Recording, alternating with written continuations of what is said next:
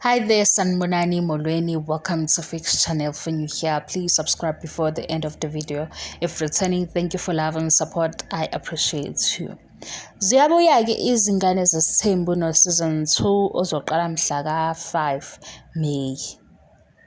Nayi-ke guys, lento futhi siyenzeka futhi. Niyakhumbula le nto leyana nina nahamba nawuba umsindo wenu wasuyazwakala. Sebefakiwe bonke, uSneh akekho. Kanti yini? Indaba bethanda kusikhulumisa. Usengenile below ukuthi yena ube misunderstood last season. Beku season 1 izingane zesithembu.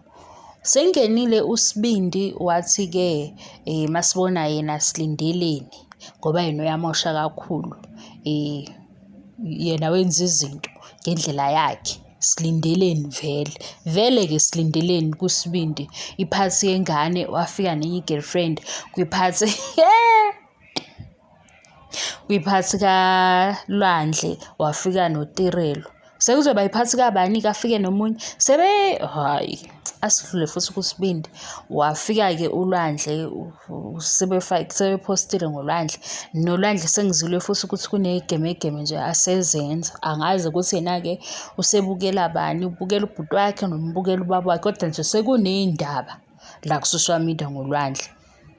uSneh ke phela uSneh naye ulapha ya kwizingane zesithembu makuthiwa siblings stick together basho noSneh uSneh uphi hayibo mina ngithanda lento yenziwa lo mndeni lona yini indaba bokunjalo behle bafuna benze ngalendlela benza ngayo abamfake uSneh ngoba naye ukhona kwishow kuphela. Sekuzothiwa uSneh savelela uSneh shutho nje ngoba eseqalile engaveli usezovela kuleya show enza izinto ezwrong.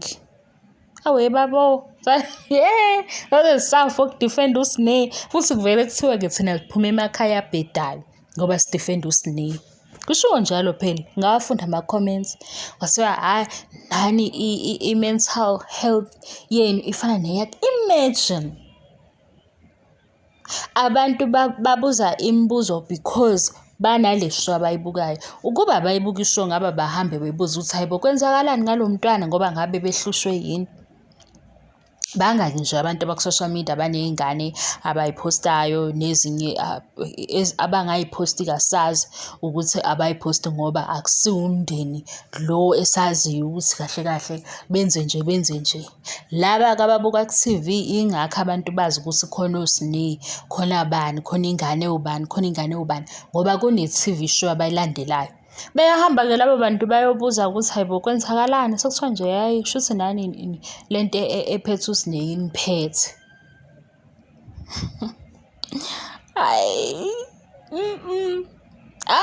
bengithi ngiyanichazela ukuthi ongathi kuzofuneka omunye umsindo akusiyo futhi ibullying ukuthi phela manje nayo ishow yabuya uSneh akaseyona ingxenye yale show. uSneh ngigcina kahle kumbona ingalelanga kwathiwa halala Sneh ezifu beshada ngoba wayefake phela imvunulo wathi mina uSneh uyashada-ke sebevele sebesikhela phezulu abasesifakeli ngani iy'thombe-ke sibone konke sayithanda iy'ndaba yazi ngikhumbula uNatasha lo wake Skeem Saam naye wayegqoke traditional attire emuhle abantu sebelokhu bebhala ukuthi phela mawuqeda ushada yisho uthanda ushada wanaba washutha nabangani bakho bekwenziwani noSneh-ke basinika into enjalo ku-black and white khumbula kahle ngoba ngase ngiyi-read ukuthi halala Sneh hawu ngase sithi siyayifuna ku-TikTok uSneh ubemisa umngani wakhe ngoba ukutrenda kuyisono kodwa hayi kuyisono ngenye indlela ngoba ngempela bengekho-ke lapha sikushiyene okokutrenda kwabantu bakhona abafuna amabhizinisi naba nabanye benza izinto ezisixakayo guys kodwa kumele siyikhulume le yezinto ey'trendayo eSouth Africa siyikhulume nje sinosuku siyicubungule ukuthi kanti ngempela iyona nhlobo yokuthi kubhiziniseke le ngoba phela indlela yebhizinisi khona uGel ngizade ngimbone yazi ngiyambona ukuthi ngithi muhle uGel uyenza umsebenzi awenzayo kodwa kuyamphoqa ukuthi athwekhe ngoba yibo onke amavidiyo engihlangana nawo uyathweka. Ebese ngiyibuza ukuthi hawu yini ndaba ugele hlezi sithweka? Ukuthweka ikhona abantu abakunaka kakhulu kuzona zonke izinto azenzayo. Ukuthweka bayakunaka ngoba ngithe ngathi hayi bo akakhathali ukuthweka bakithi noma kungaze phela noma kuyakhathaza noma akukhathazi. Kodwa ngithe mase ngibheka ngathi mayathweka bathi mbo abantu mayenza okuhlukile bayabaleka. Nabo abantu bephinde-ke futhi bona labantu angithi phela usetholile ukuthi ukuthweka okuhamba kahle. Baphinde bona labantu bembhulishe bekhulume zonke izinto ey'bhedayo kodwa yibo abenza ukuthi athwekhe njalo.